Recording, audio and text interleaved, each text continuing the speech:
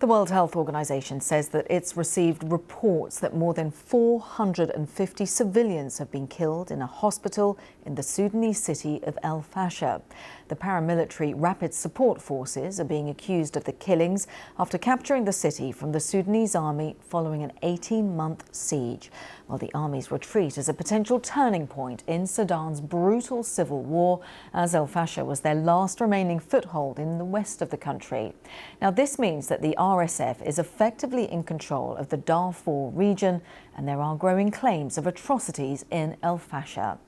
Now, just to warn you, Jeremy Bowen's report contains distressing images. People who've managed to get out of El-Fasher since it was captured by the Rapid Support Forces say that RSF fighters have been killing civilians as well as Sudanese armed forces prisoners. The UN has called this the war of atrocities committed since 2023 by both sides. Attacks on civilians, hospitals, as well as torture, rape and executions. I think this is the worst place on earth now. Is the biggest humanitarian emergency on earth, and it happens in the dark, really. There's been far too little attention to what's happening in Sudan. This has been verified as a university building in El-Fasher. The RSF fighter goes to inspect a room full of dead men. Somehow, one of them, sitting on a bench, has survived what looks to be a massacre. Casually, the gunman raises his rifle and shoots him.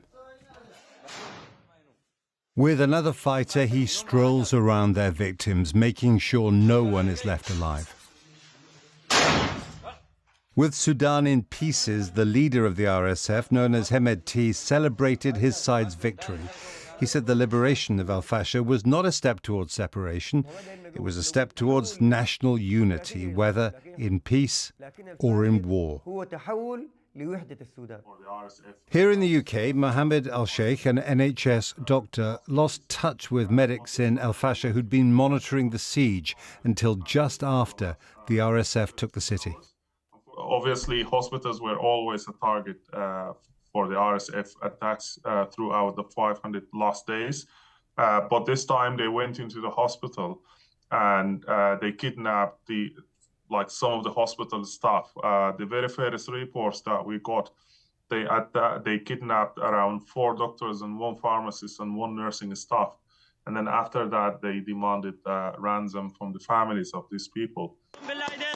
Sudan's war is fought with weapons provided by the two sides' allies. Egypt supports the Sudanese armed forces, and the United Arab Emirates denies evidence that it supplies the RSF.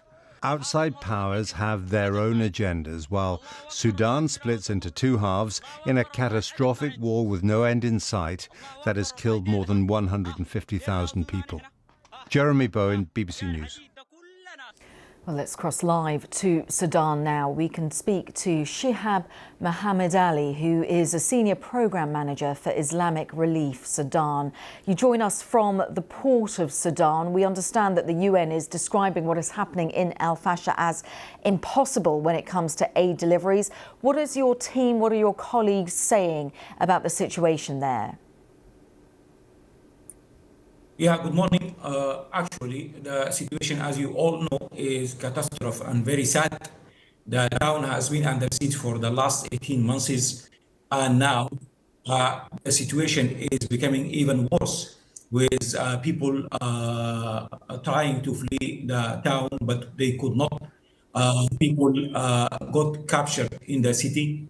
There is reports of killing, and recently by WHO also they reported killing of even patients in the hospital.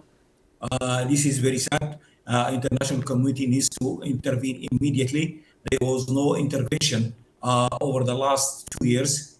People were suffering shortage of food, starvation, and shortage of all public services, health, and everything. There is some managed already to flee the town, going to other parts of Darfur, mainly to the north or to the area of Jabal Marra. We are trying to help those who managed to flee the situation by providing food and health services. There is a lot of efforts needed from the international community coming late is better than nothing. They need to intervene now to support the people either in El-Fasher or those who managed to flee El-Fasher. Thank you.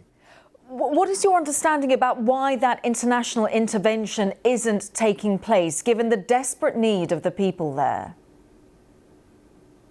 The main issue was the access and the ongoing fighting. There was ongoing fighting and bombing. The access was not possible, and many even international workers have been killed, and there was no safety. They were all support on some reports saying that support is being also looted. So it was very difficult to even bring support, if it is food or medicines, inside the affected areas.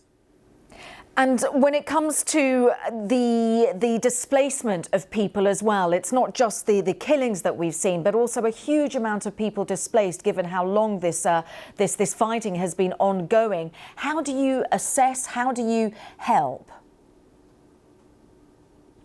Yeah, the internally displaced people are now those who are coming from the conflict zones, even if it is in Darfur or Kordofan, they are all over Sudan now. They are still in gathering areas and camps, and they are in bad need of support and assistance. Many organizations, even local, international, or UN, they are trying to provide support, but still the need is there.